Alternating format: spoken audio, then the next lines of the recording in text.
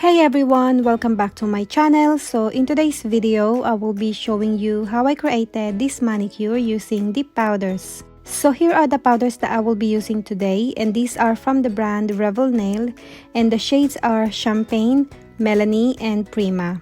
And for the liquids, I will be using my Revel Nail Pro Base as well as the Activator. And for my top coat, I will be using my Blue Sky No Wipe top coat.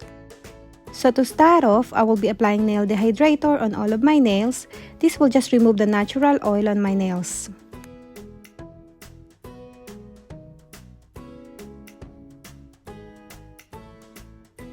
So then next, I move on to my UNT peel-off base, and I will be applying a thin layer of this on all of my nails. This will just allow me for easy pop-off removal of my manicure, but obviously you don't need to apply this on your nails if you want your manicure to last.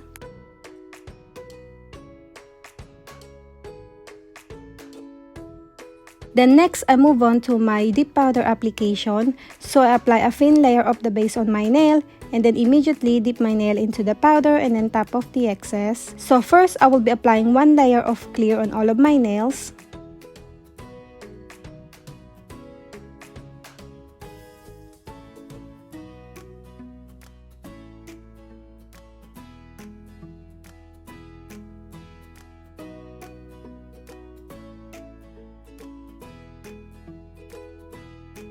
So then once I'm finished with one layer of clear, I brush up all the excess powder and then I move on to my colored powders. So I will be applying Prima on my ring nail and thumb, and I will be applying 2 coats of this shade.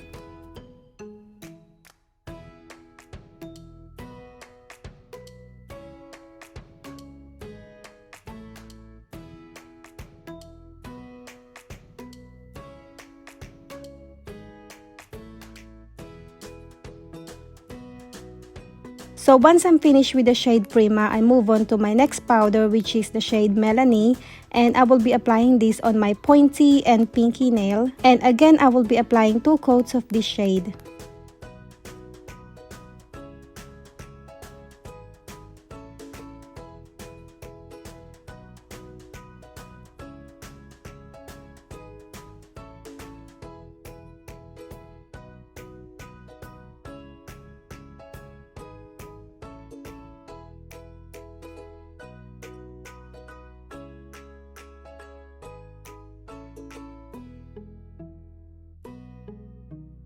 So then once I'm finished with the shade Melanie, I move on to my last powder, which is the Champagne. And this is probably my favorite chunky glitter from Revel Nail. So I will be applying this on my middle nail.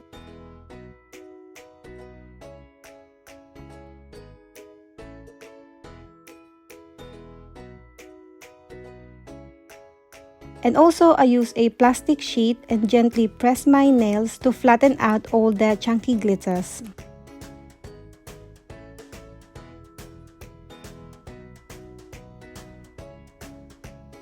So then I just repeat the same step with my second coat.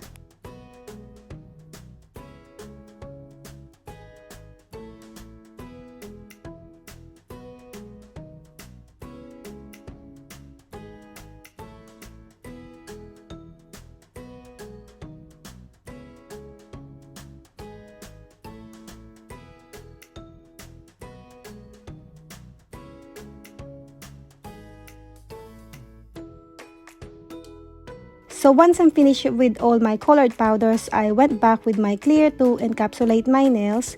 This step is optional if you're only using a solid color, but with the chunky glitters, I highly recommend you clear encapsulate it.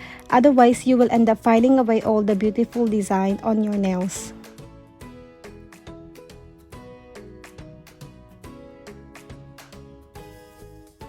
And also, I started to use a separate pot for my glitter encapsulate just because I don't really want my other clear powder to get contaminated by the glitters.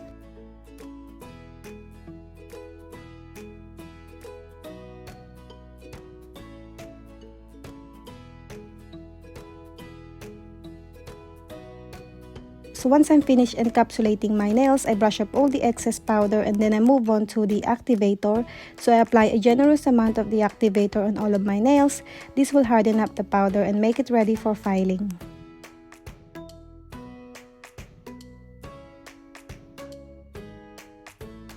So then after a few minutes, I file and buff off camera, and then I brush up all the dust.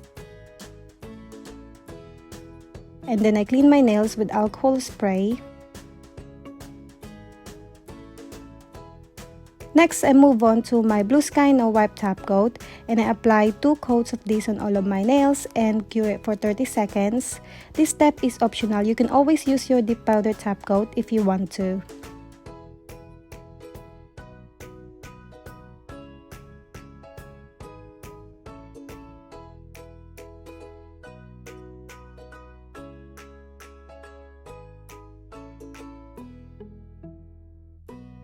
So then once my nails are cured, I apply cuticle oil, and we are done. That's it guys for today. Thank you so much for watching. I hope you enjoyed this video, and if you did, give this video a thumbs up, and don't forget to subscribe if you haven't already, and I will see you on my next one.